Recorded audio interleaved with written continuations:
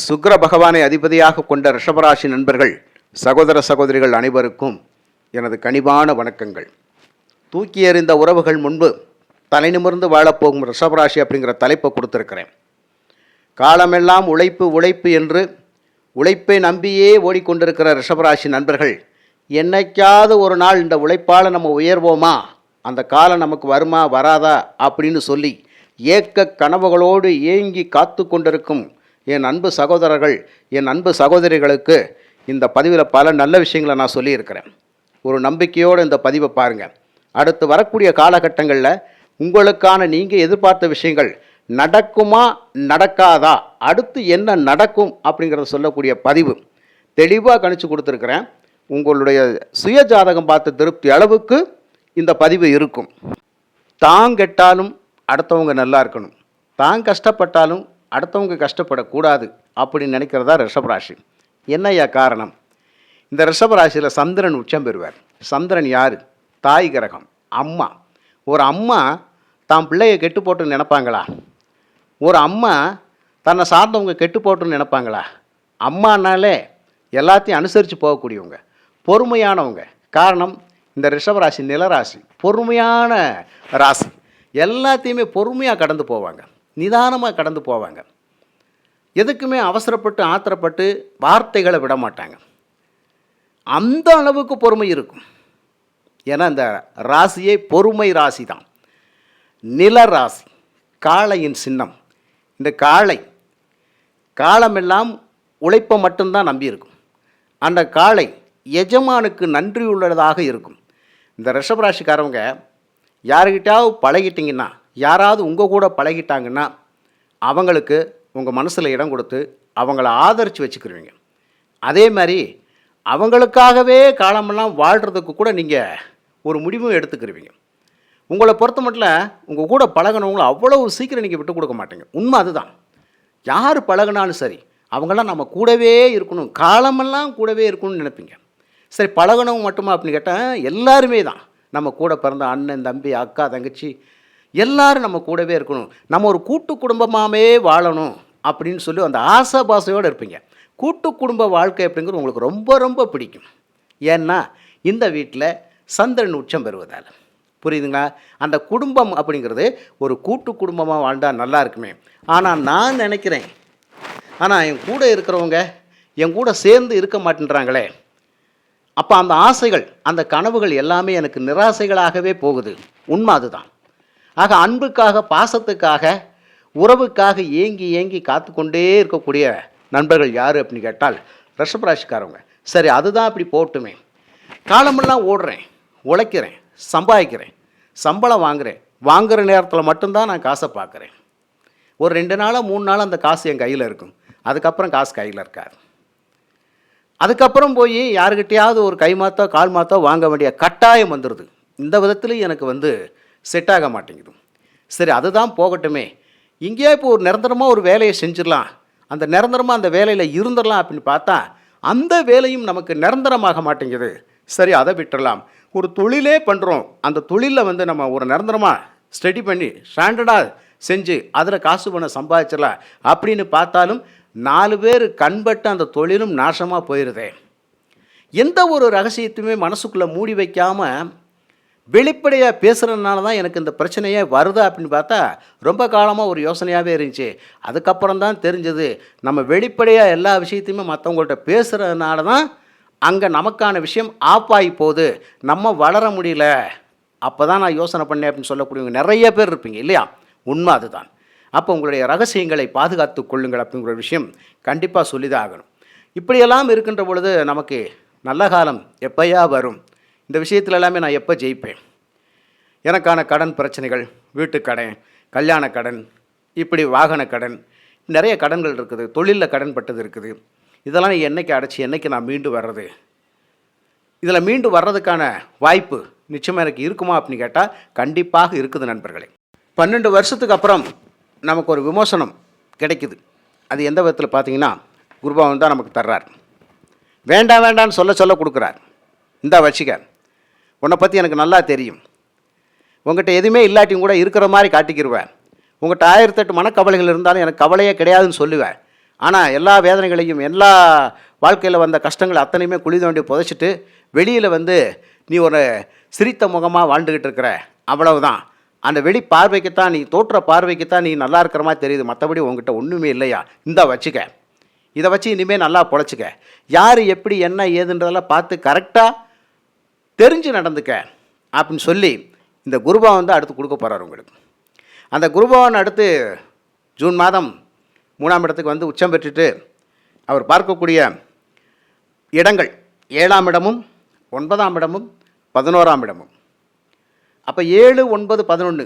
7 என்னையா, வாழ்க்கையில் எங்கேயோ ஒரு நண்பனை நான் சந்தித்தேன், அந்த நண்பன் மீண்டும் எனக்கு இந்த இடத்துல சந்திக்க வேண்டியது ஆயிடுச்சு, அவங்க நாள் தான் எனக்கு ஒரு நல்ல காலம் பிறந்துச்சு அப்படின்னு சொல்லக்கூடிய அளவுக்கு அந்த 7ஆம் இடம் அப்படிங்கிற ஸ்தானத்தை குரு பகவான் பார்க்கின்ற பொழுது உங்களுக்கு வாழ்க்கையில் நல்லதொரு தொடர்புகள் கிடைக்கும்.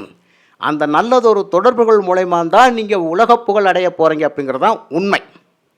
உங்களை பொறுத்த மட்டும் கஷ்டப்படுத்தி விட்டுட்டு போன நண்பனை என்னைக்கா ஒரு நாள் பார்த்தா நான் நாக்கு அப்படின்ட்டு சாகின மாதிரி கேட்கணும்னு நினச்சிக்கிட்டு இருந்தேன், ஆனால் கேட்க முடியல, கேட்கக்கூடாதுன்னு தோணுது.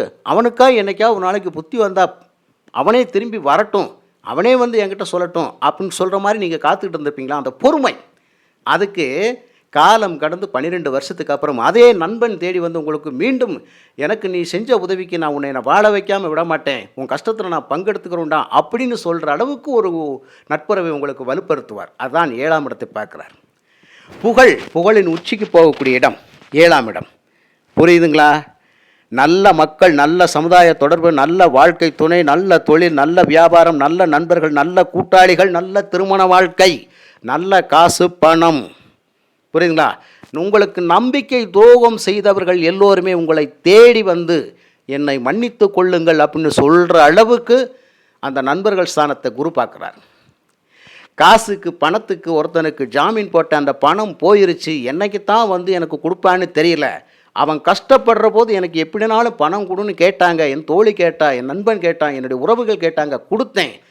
ஆனால் காலம் கடந்து அவங்களுக்காக இன்றைக்கி நான் நிறைய அசிங்கங்கள் அவமானங்கள் பட்டு கடன் வாங்கி கொடுத்தவங்கிட்ட படாத பாடுபட்டு கஷ்டப்பட்டுக்கிட்டு இருக்கிறேன், மனச்சாட்சியே இல்லாமல் செஞ்சிட்டானே, என்னைக்கு தான் இந்த படுபாவை எங்களை கொண்டு வந்து பணத்தை ஒப்படைப்பானோ, என்னை மீட்டு வெளியில் விடுவானோன்னு சொல்லி நீங்கள் நினச்சிருந்தீங்கன்னா அந்த நினைப்பு ஒரு காலம் வீண் போகாது. அவர்கள் தேடி வந்து உங்களுக்கு அந்த பணத்தை கொடுப்பார்கள். உங்களுக்கு செய்த அந்த நம்பிக்கை துரோகம் அப்படிங்கிறது அவனுடைய மனசை அரிச்சிக்கிட்டே இருக்கும். அந்த ஸ்தானத்தை குரு பார்க்குறதுனால நீங்கள் ஒரு காலம் வீண் போக மாட்டீங்க, அந்த பணம் உங்களுக்கு தேடி வந்துடும், நிச்சயமாக அவங்களால நீங்கள் நல்லா இருப்பீங்க. புரியுதுங்களா? அப்போ முன்னாடி கொடுத்த பணம் இப்போ வர்றதும் வர வேண்டிய பணம் வர்றதும் எல்லாமே இந்த ஜூன் மாதத்துக்கு அப்புறம்தான். புரியுதுங்களா? குடும்பத்தில் ரொம்ப ஒற்றுமை, சந்தோஷம், அந்யோன்யம், பாசம் அப்படிங்கிறது, பிரிந்த உறவுகளெல்லாம் ஒன்று சேர்ந்து வாழக்கூடிய அமைப்பு அப்படிங்கிறது, நீங்கள் அதைத்தானே எதிர்பார்க்குறீங்க, எப்படினாலும் ஒன்று சேரணும் தான் எதிர்பார்க்குறீங்க. அந்த ஒன்று சேரக்கூடிய அமைப்பு நிச்சயமாக இருக்கின்றது நண்பர்களே. ஆக நம்பிக்கை துரோகம் செய்தவர்கள் உங்களை நாடி வந்து மன்னிப்பு கேட்டு உங்களிடம் வாங்கி சென்ற அந்த பணத்தை திரும்ப கொடுக்கக்கூடிய நேரம் அப்படிங்கிறது இருக்குது. அப்போ நான் கொடுத்த பணம் கைக்கு வருமாயான்னு யாராவது கேட்டீங்கன்னு சொன்னால் நீங்கள் ஜூன் மாதத்துக்கு அப்புறம் தாராளமாக அந்த பணத்தை வாங்கிக்கலாம். ரிஷபராசி நண்பர்களுக்கு அடுத்து பாக்கியஸ்தானம் வலுப்பெறுது. பாக்கியாதிபதி லாபஸ்தானத்தில்.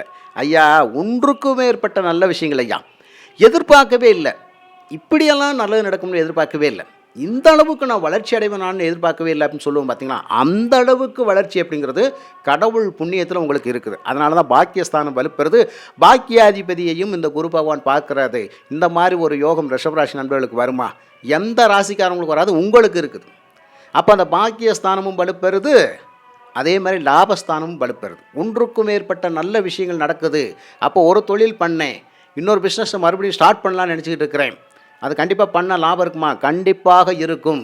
அந்த லாபஸ்தானம் வலுப்பெறுகின்றது ஐயா. அதனால் ரிஷபராசிக்காரவங்க எந்த தொழில் பண்ணிகிட்டு இருந்தாலும் அந்த தொழிலில் அசுர வளர்ச்சி லாபம் அப்படிங்கிறது நிச்சயமாக இருக்கின்றது. நல்லதொரு பொருளாதாரம் அப்படிங்கிறது உங்களை காத்துக்கிட்டு இருக்குது. அந்த நல்லதொரு பொருளாதாரம் உங்களுக்கு கண்டிப்பாக கிடைச்சிரும். அதே சமயத்தில் ரிஷபராசிக்காரவங்க வெளியூர், வெளிமாநிலம், வெளிநாடு போகக்கூடிய வாய்ப்புகள் நிறைய இருக்குது. ஏன்னா 9ஆம் இடத்துக்கு குரு பார்த்துட்டாருன்னா நம்ம இருக்கிற இடத்த விட்டு இன்னொரு இடத்துக்கு போகக்கூடிய வாய்ப்பு, நம்ம பூர்வீகத்திலேருந்து விட்டு வெளியேறி இன்னொரு வேறு ஊருக்கு போகலாம், வேறு வீட்டுக்கு போகலாம், இல்லை வேறு ஊரில் போய் வீடு கட்டி வாழலாம். இந்த மாதிரி நிறைய விஷயங்கள் பண்ணக்கூடிய அமைப்பு இருக்குது. வேறு ஊரில் போய் சொத்து சுகங்கள் வாங்கி பிழைக்கிறதுக்கான யோகம் இந்த காலகட்டத்தில் இருக்குது. அப்போ இடமாற்றம் அப்படிங்கிறது நன்மை தருமான்னு கேட்டால் கண்டிப்பாக நன்மை தரும். அந்த இடமாற்றம் தான் அவங்களுடைய வாழ்க்கையுடைய உச்சகட்டத்தை கொண்டு போகும். இது கண்டிப்பாக நடக்கும். புரியுதுங்களா? அதே மாதிரி கல்வி அப்படிங்கிற விஷயத்தில் மாணவ செல்வங்கள் தனக்கு விருப்பப்பட்ட பாடத்தை எடுத்து படிக்கிறதுக்கு, விருப்பப்பட்ட காலேஜில் படிக்கிறதுக்கு, அது உள்ளூரோ வெளியூரோ வெளிமாநிலமோ எங்கு வேண்டுமானாலும் சென்று படிப்பதற்கான வாய்ப்புகளும் இருக்கின்றது. அப்போ அதற்கான வாய்ப்பை குருபவன் கொடுக்குறார் இல்லையா? இந்த விஷயத்தில் பூராமே நமக்கு நல்லதாக நடக்க போகுது. இளைய வாழ்க்கை துணையின் வழியில் கண்டிப்பாக நல்ல விஷயம் நடக்கும். 2வது திருமணம் நடக்கக்கூடியவங்களுக்கு நிறைய பேருக்கு 2வது திருமணம் நடந்துடும். திருமணமே நடக்காமல் இருக்குது முதல் திருமணம், அதற்கும் வாய்ப்புகள் உண்டு. இந்த விஷயத்தில் நம்ம சக்ஸஸ் பண்ணிடுவோம். நல்லதொரு புத்திர பேர் இல்லையா? அம்மாவாயிட்டோம் அப்பாவாயிட்டோம், உண்மைதான்.